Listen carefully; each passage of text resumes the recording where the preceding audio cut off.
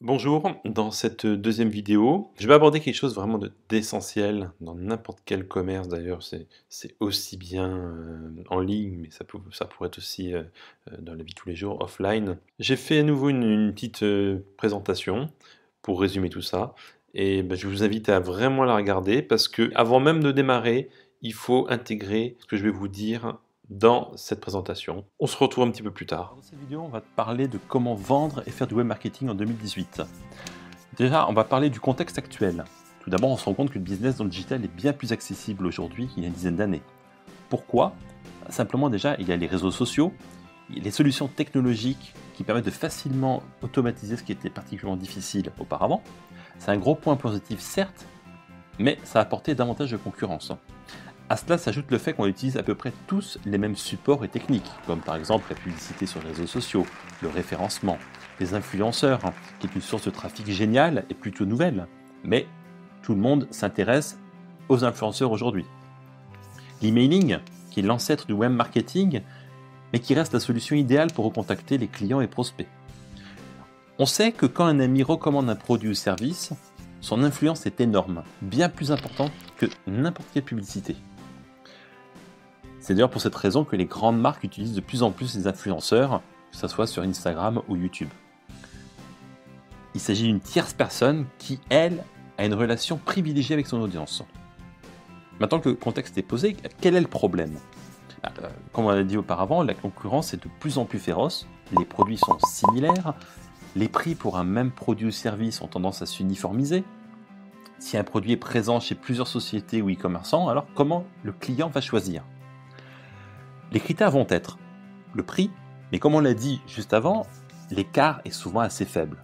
Deuxièmement, ce qui est très important, c'est la confiance. Et le dernier point qu'on néglige particulièrement, c'est le côté affectif, le lien qu'il peut y avoir entre la société qui produit quelque chose et le client. On constate que dans 99% des business en ligne, les sociétés travaillent plusieurs choses. Elles cherchent à se placer le mieux possible en termes de prix pour être concurrentielles, et elles travaillent aussi le design de leur site. Elles font un très beau site, souvent par une agence de communication. Dernier point, ce qu'elles font, c'est souvent inclus dans le package quand elles font un site, c'est du SEO, donc du référencement pour Google.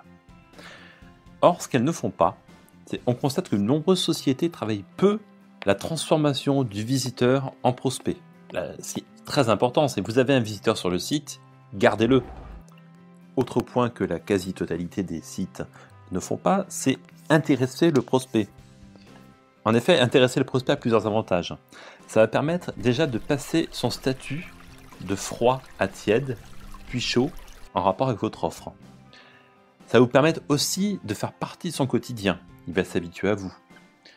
En effet, il ne faut pas oublier que le prospect doit être exposé environ 7 fois en moyenne à un message pour passer à l'action. Si vous faites partie de son quotidien, l'achat sera naturel et coulera de source s'il a besoin. Il achètera chez vous et pas chez le concurrent qui n'aura pas fait ce travail. Autre avantage, le prix devient secondaire. Le lien affectif passera avant. Vous allez avoir des taux de conversion bien plus importants. Maintenant, je vais vous donner un petit exemple. Si je vous dis, dans un restaurant, le patron qui est vraiment très apprécié dans son quartier connaît 1000 personnes. Est-ce que vous vous inquiétez pour son chiffre d'affaires? Moi, personnellement, je dis non. C'est exactement pareil dans le digital. Si vous avez une mailing list de 1000 personnes, si vous êtes aussi proche de vos visiteurs que le patron dans son restaurant, je ne m'inquiète pas pour vous non plus. Maintenant, la question c'est, comment on fait? Vous devez apporter de la valeur à vos prospects et clients.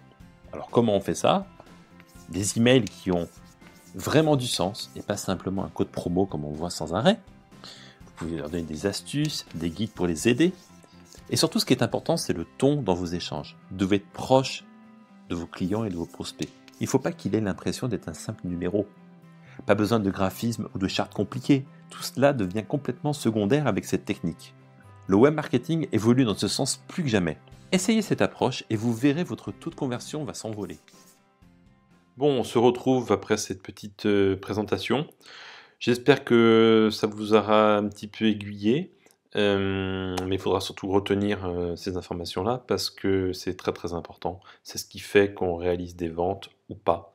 Donc, mais on aura l'occasion de revoir tout ça dans les prochaines vidéos.